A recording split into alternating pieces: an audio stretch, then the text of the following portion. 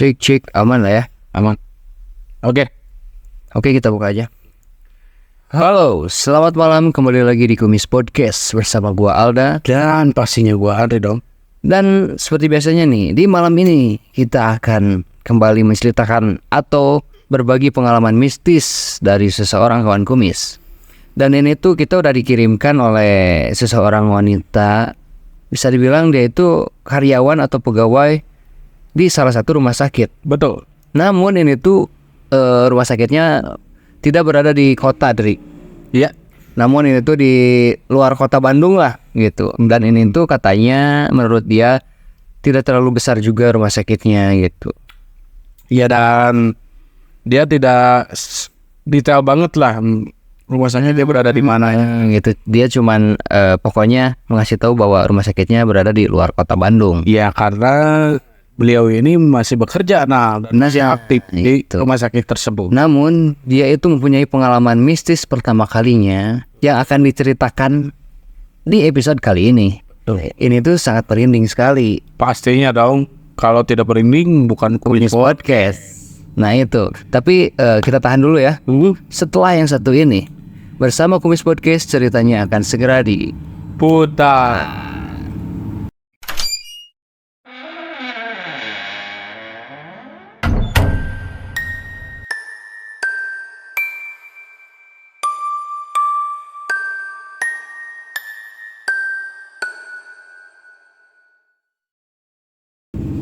Oke, sebelum ke cerita nih, ini sangat enak banget ya rokok yang menemani kita. Juara mangga. Ini pokoknya juara dari segala juara. Ih, betul banget tuh, Oke, bisa lanjut ke cerita nih, Gas ke. Oke. Jadi kita ini mendapatkan cerita pengalaman mistis dari seorang wanita yang sangat cantik cerita nih, yang bernama Mbak Windy. Mbak Windy ini umur berapa nih? Ini tuh Mbak Windy sekitar umur 30 tahun. 30 tahun ya? 30 tahun. Dan dia bekerja di sini tuh sudah memakan udah 4 tahun 5 tahunan lah. Udah lama juga ya? Lama juga. Senior banget sih. Nah, cuman di sini tuh pengalaman mistisnya pada saat dia baru-baru masuk di rumah sakit itu. Berarti ini pengalamannya udah lama ya? Udah lama banget. Dan sekarang sih dia masih aktif di rumah sakit tersebut. Makanya tidak secara detail. Selama dia bekerja 5 tahun, tapi ini katanya cerita bisa disebut pertama kali lah ya. Pertama kali. Cerita mistis yang begitu, wah bikin mencengang gitu. Betul, karena ini tuh pertama kali pengalaman mistisnya, dan kesini tuh udah biasa aja gitu menganggap hal yang udah adaptasi lah. Betul. Kenalan dengan sosok-sosok yang ada di sana. Nah itu, dan mentalnya juga mungkin udah lebih kuat lah ya. Oke, lanjut. Nah di sini tuh ya, rumah sakitnya berada di tengah-tengah perbatasan wilayah. Jadi ke kota agak jauh dan ke perkampungan juga agak jauh. Oh, benar-benar di tengah lah ya. Di tengah-tengah, dan itu tuh posisinya memang terbentang luas jalanan yang begitu sangat sepi. Bisa digambarkan dulu suasananya kayak gimana tuh? Suasananya sepinya tuh perumahan, pemukiman atau gimana gitu. Nah, gini kalau ke pemukiman kan masih jauh tuh. Jadi di sini tuh cuma terdapat rumah sakit aja. Pinggir-pinggirnya itu tuh ada sawah, terus ada perkebunan karet, dan ada juga perkebunan pohon-pohon kayu gitulah, bambu gitulah. Benar, berarti bisa dibilang ini tuh RS-nya yang benar di kampung gitu ya, tidak terlalu besar. Soalnya kayak di kampung gua lah kayak gitu. Jadi ada apa ya disebutnya, bukan RS juga sih, kayak puskesmas pokoknya. Apa klinik. Nah, bisa jadi di puskesmas lah ya. Nah, itu tuh benar berada di apa ya? Pinggirannya tuh ada kebun, ada ya masih alam lah. Kayak gitu biasanya ya. Betul. Nah, di sini juga memang pada awal-awal dia bekerja di situ, ya sempat disuguhkan dulu pengalaman mistis dengan, kan jadi di situ tuh ada satu buah ambulan, cuman ambulan itu tuh memang udah terbengkalai lah. Terbengkalai. Betul, dan di situ tuh dia pernah mengalami ya hal mistis yang biasa-biasa lah, kayak mendengar suara tangisan. Ya menurut dia udah biasa aja ya. Betul, pada saat itu tuh karena memang udah diberitahu tuh oleh karyawan-karyawan yang seniornya. Jadi dia udah oke lah, beradaptasi gitu. Apalagi mau masuk kerja di rumah sakit tuh pasti udah tahu lah ya. Betul. Pokoknya kayak gimana.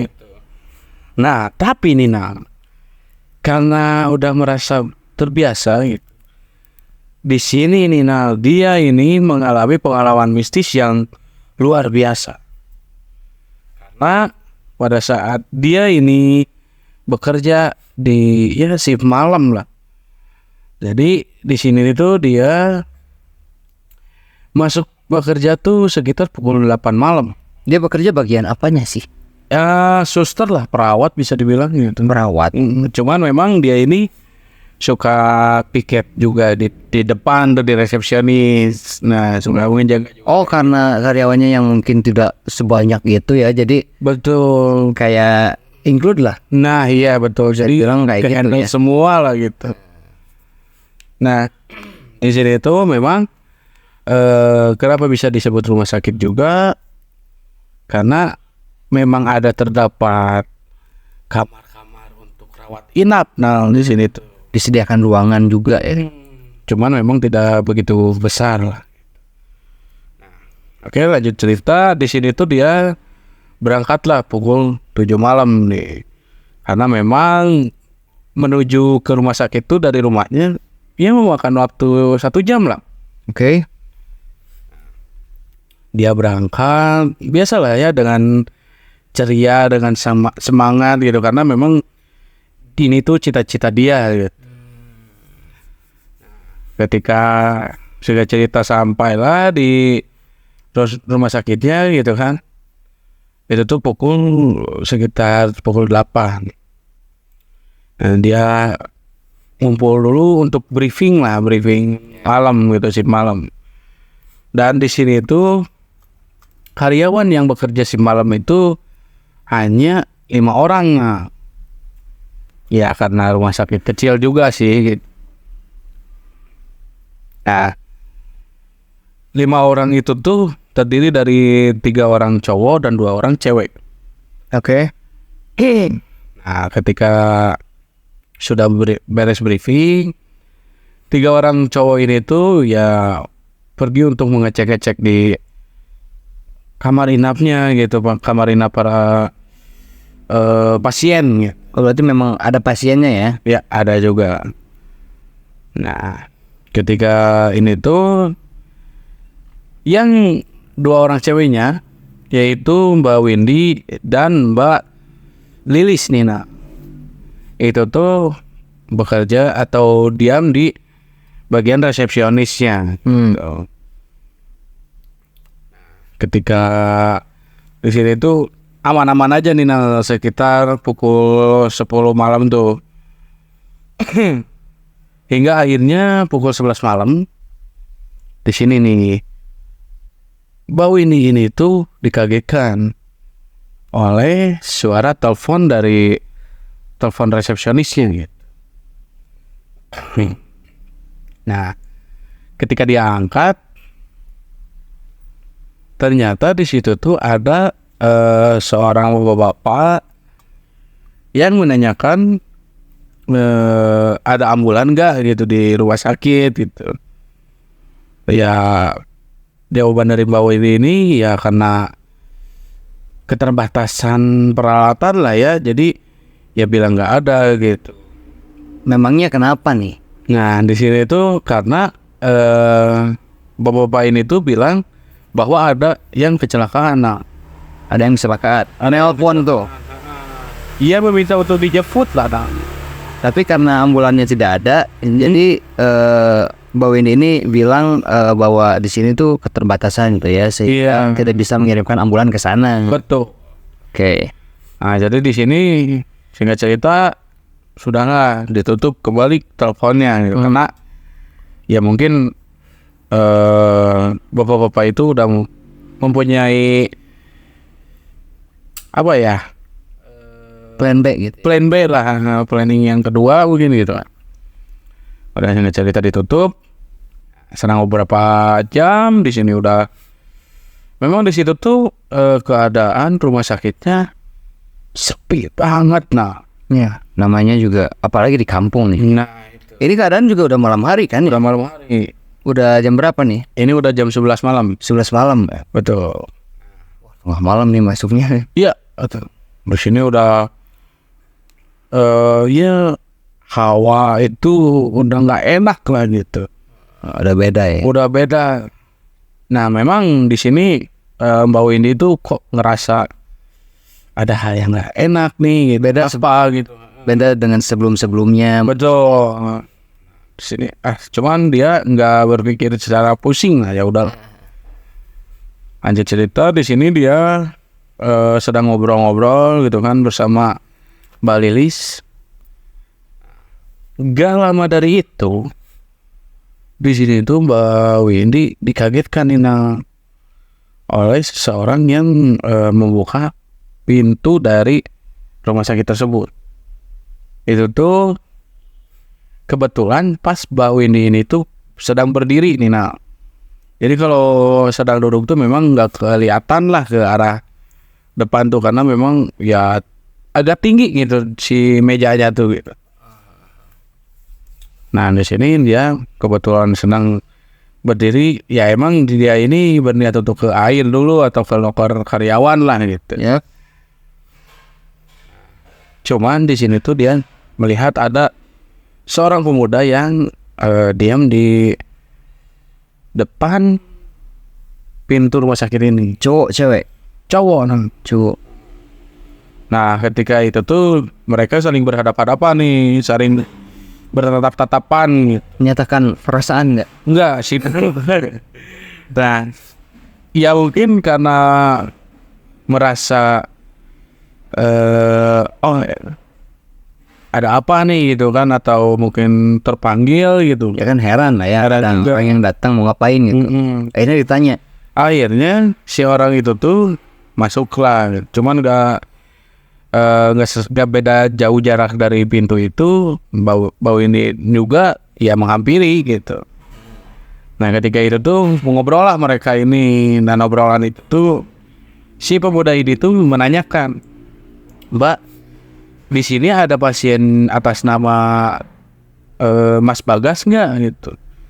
Katanya sih ya kecelakaan di sini. Nah, cuman yang Mbak Windy lihat tuh di sini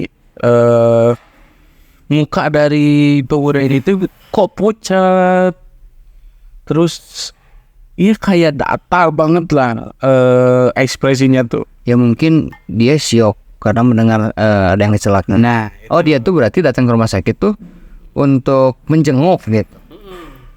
Tapi ini ada nggak atas nama pasien Bagas tuh? nah di sini memang ya karena rumah sakit kecil lah ya, jadi udah pada tahu gitu, udah kenal, Udah kehitung lah ya. udah kehitung. Jadi di sini dia Mbak Windy itu nggak ada Mas atas nama Mas Bagas tuh nggak ada gitu di sini. Nggak ada. Nah, karena di sini tuh pemuda ini kekeh lah.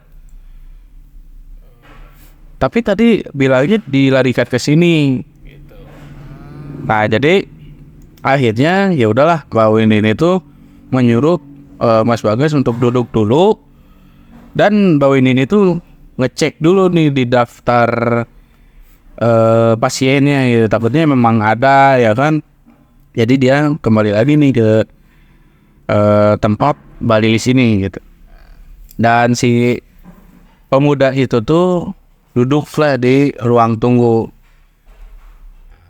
Cerita di sini dia kembali lagi dan ngutak-ngatik sistem dari komputernya lah untuk ngecek Ya. ada nggak nih pasien Untuk memastikan ya. atas nama Mas Bagas gitu. Nah, di sini Mbak Lilis mungkin karena aneh juga lah ya dengan tingkah laku Mbak Windy ini gitu. Dia menanyakan, Kenapa Mbak? Ini nih di sini ada atas nama pasien atas nama Mas Bagas nggak? Lah nggak ada Mbak, orang cuman segini doang. Memang ada apa? Itu tuh ada yang nanyain. Nah di sini Mbak Lilis tuh ya langsung berdiri lah ya, karena pengen tahu siapa yang nanyain gitu. Nah cuman ketika udah berdiri, Mbak Lilis ini tuh langsung duduk. Nah jadi yang Mbak ini tuh agak aneh lah ya dengan respon dari Mbak Lilis ini. Cuman nggak dipikirkan, ya udahlah, pergi aja. Mbak Winnie ini memang buat ke air, ya ke WC lah gitu.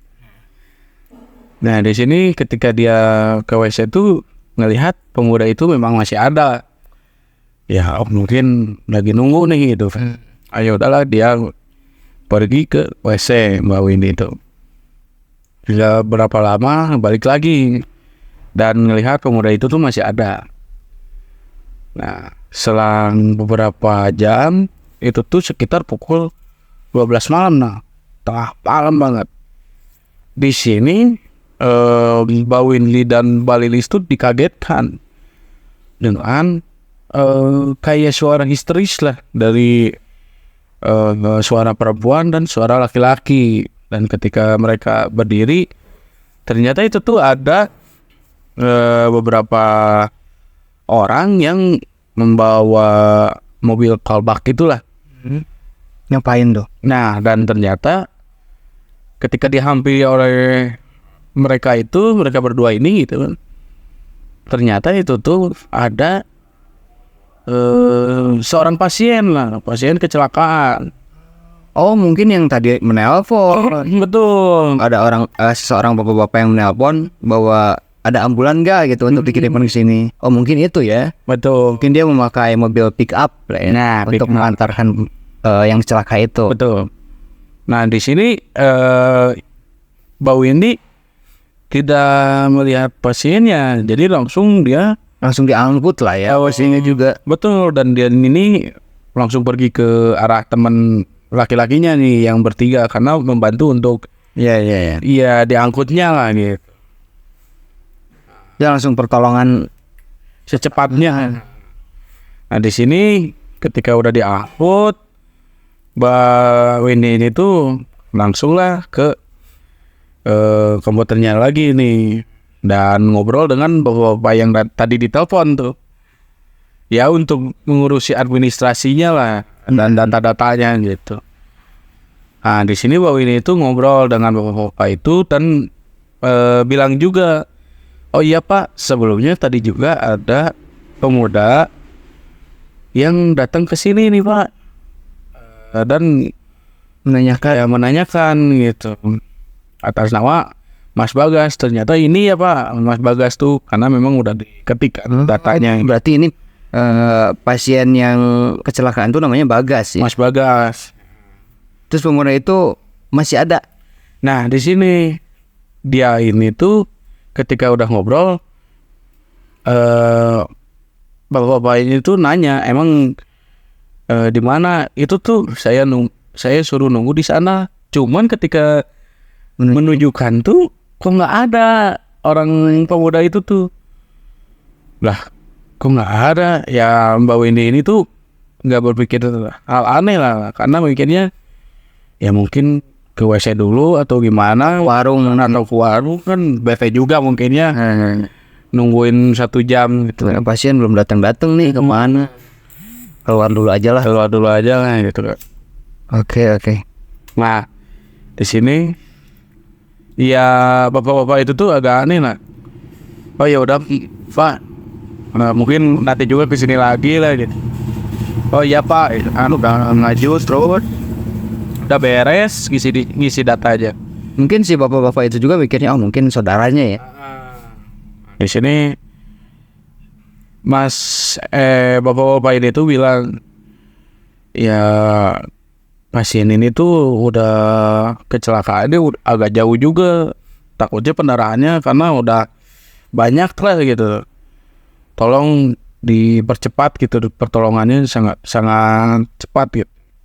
Nah di sini Mbak Windy ini tuh, oh iya Pak gitu kan, langsung Mbak Windy itu ya datang ke 3 orang cowoknya, teman cowoknya nih. Ketika datang ternyata nih, sayangnya pasien itu tuh udah meninggal dunia. Nah Oh, meninggal di itu langsung. di situ langsung karena memang Pendarahannya yang begitu banyak gitu. Di sini ya bapak-bapaknya itu juga ya mungkin terpukul lah ya karena udah menolong juga gitu kan. betul betul. Lanjut cerita, di sini tuh Mbak Windy ya disuruh untuk membereskan jenazah itulah gitu, Ya, untuk mengurusi lah ya. untuk mengurusi. Nah, ketika Mbak Windy ini datang untuk ya membawa peralatan untuk pemandian jenazah ini gitu kan. Nah, ketika datang di sini tuh dia kaget lah Kenapa lagi? karena ternyata pasien yang meninggal dunia itu tuh persis banget atau mirip banget dengan seseorang yang dia temui sebelumnya, Nang. Yang menanyakan pasien atas nama Mas Bagas. Oh, yang disangka tadi itu pas pasien datang dia nggak ada, yang disangka ke WC lah ya. Ternyata memang dia gitu. Ternyata memang dia. Pasiennya tuh. Nah, di sini Mbak Windy tuh kaget lah ya, kaget banget. Tapi di situ masih berpikir positif apa gimana? Apa emang udah oh ini bener nih yang tadi persis gitu. Nah, di sini tuh udah fix banget karena mirip banget gitu. Dari pakaian. Dari pakaiannya, dari raut mukanya, Itu tuh bener sama. sama persis. Nah, di sini Gila. karena mungkin kaget lah ya, Mbak Windy ini itu nggak sengaja ya melepas peralatannya itu yang dia bawa. Nah, ketika dia lepas ya mungkin semua langsung ke notice ke Mbak Windy gitu kan. Kenapa kalau Ini gitu. Nah, langsung Mbak Windy ini tuh ditanyakan nih oleh salah satu ibu-ibu. Dan ternyata ibu-ibu itu tuh ya ibu dari pasien tersebut. Orang tuanya ya. Orang tuanya. Ya menanyakan lah, kenapa Mbak gitu kan. Terus Mbak Windy itu bilang, iya Bu, tadi itu saya ketemu pemuda yang datang ke sini menanyakan atas nama pasien Mas Bagas. Dari kenapa saya bisa kaget tuh karena ternyata ini tuh persis banget sama yang tadi saya ketemui gitu. Yang saya lihat tuh ini gitu. Jenazah ini. Waduh. Nah, di sini ya orang tuanya juga bilang mungkin ya itu tuh roh dari anak saya mungkin ya, karena anak saya nggak punya kembaran juga gitu. Nah, Ya dengan rasa ya sedih haru gitu. Si ibu juga ikut kaget lah ya. ikut kaget. Dari ucapan Mbak Windy ini. Iya, betul. Bahwa dia menemukan pemuda yang itu tuh ternyata udah meninggal. Udah meninggal. Nah, di sini ya udahlah, di sini tuh Mbak Windy nggak berlarut-larut lah memikirkan hal itu karena ini jenazah memang harus segera. Yang penting udah diurus Selesaikan ya. Ya cerita udah beres semuanya dan jenazah juga udah dibawa kembali ke rumahnya gitu. Di sini Mbak Windy itu ya ngobrol lah dengan temennya. teman-temannya nih. Itu nyerita juga berarti ke temennya itu siapa? Mbak Lilis. Mbak Lilis. Sama ke 3 cowok temennya yang pada saat itu kerja bareng. Iya, betul. Cerita. Dan ternyata nih Mbak Lilis tuh ketika Mbak Windy nih mencari atas nama Mas Bagas, kan itu Mbak Lilis langsung menanyakan siapa sih yang nanyain ini. Sambil berdiri kan, siapa yang nanyainnya sih, sambil berdiri. Dan ketika dia berdiri itu nggak ya nggak ada siapa-siapa gitu di situ tuh. Tapi Mbak Windy melihat ada orang gitu. Tapi Mbak Windy melihat ada orang. Berarti bisa dibilang hanya Mbak Windy ini yang bisa Nah, melihat sosok itu gitu. betul. Waduh. Nah, Akhirnya gimana? iya. Ternyata karena itu gitu kok Mbak Lilis ini kelakuannya beda gitu kan. Nah akhirnya ini tuh ya Mbak Windy juga nggak tahu tentang apapun lah, karena dia juga ya ataukah ini tuh pertanda juga kan nggak tahu gitu, karena yang melihat sosok itu tuh cuma Mbak Windy doang. Apakah Oh, berarti Mbak Windy yang beda ya? Bukan Mbak Lilis nih. bukan Mbak Lilis? Oke, Sorry tadi salah. nah di sini tuh ya? ketukar. Nah di sini tuh ya Mbak Windy udahlah apa ya, tidak memikirkan hal itu dengan panjang lah, karena ya mungkin itu tuh ya kan namanya juga apa ya, Orang yang baru-baru meninggal lah kan, mungkin bisa jadi arwahnya tuh datang duluan. Tapi ini anehnya, kenapa sih hanya Mbak Lilis gitu yang ditampaki atau didatangi oleh sosok itu gitu?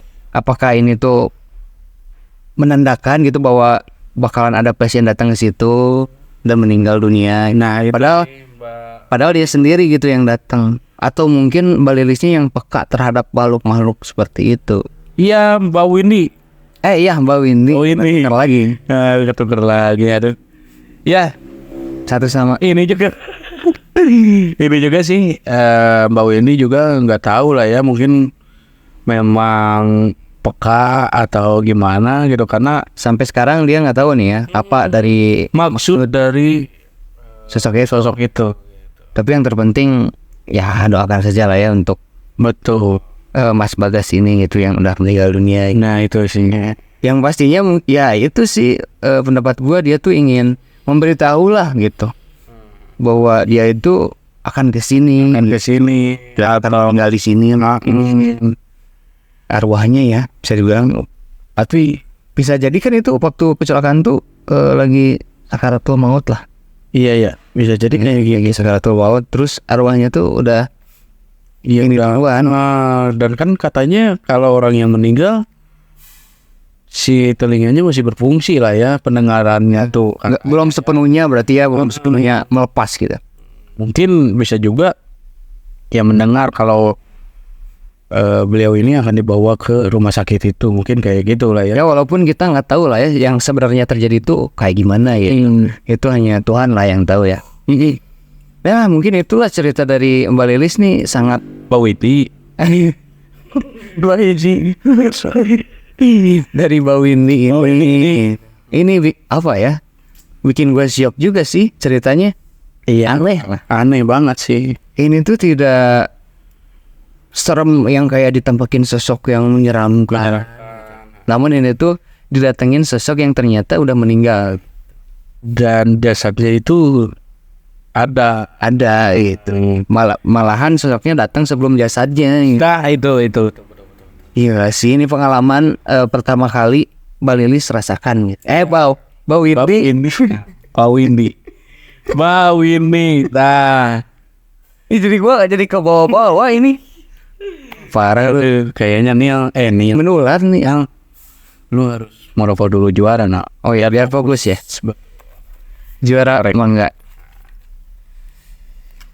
Ya pesan-pesan dari lu kayak gimana nih untuk cerita ini gitu. Untuk cerita ini sih kepada Mbak Windy Dan Mbak Lilis juga ya. Ya beserta para staf-staf yang ada di sana lah ya. dan jajarannya dan secaranya apapun apa ya yang kalian alami ya tetap berdoa semangat terus. Sekarang mereka juga kan masih kerja di sana. Iya betul, dan karena ia membutuhkan mental yang kuat untuk betul sekali untuk bekerja sampai soalnya kan apa ya, tidak semua orang juga bisa lah ya mengurusi orang yang sakit, Nah itu. apalagi orang yang meninggal gitu kan. Itu mulia lah. Iya, apalagi tuh yang waktu COVID tuh Nang. Itu tuh wah, mereka Gila tuh. Pasien udah kayak apa ya, kayak pokoknya banyak banget gitu. banyak banget tuh. Nggak ketampung lah di rumah sakit juga. Betul. Nah tapi untuk dari cerita ini makasih banyak banget nih buat Mbak Windy dan teman-temannya gitu udah mengirimkan ceritanya ke Kumis Podcast. Ya. Dan sekarang kami udah bisa menyuarakan walaupun nih dalam penceritaannya ada kekurangan lah, atau ada tutur kata yang kurang mengenakan gitu. Iya, atau pelikat. Ya, mohon dimaklumi saja gitu. Iya, Karena kami juga ini sambil baca sambil merangkum lah ya. betul. Memang agak susah juga ternyata jadi penyiar nih. Positif dan sosial. Ya pokoknya gitulah. Tidak usah tahu keluh kesah kami, yang penting ini ceritanya sudah berusaha kami sampaikan dengan semaksimal mungkin. Betul. mungkin hanya itu. Sekali lagi mohon maaf jika ada salah-salah kata. Salam buat Mbak Windy dan para temennya gitu. Buat kalian semua juga nih, jangan lupa untuk terus support channel Kumis Podcast. Betul. Dengan cara Like, comment, and share. betul. Mungkin segitulah ya. Ya, Kita tutup aja. kita tutup aja. Kami Kumis Podcast undur diri. Saya Andri. Saya Alda. Tunggu kami di episode berikutnya. Berikutnya.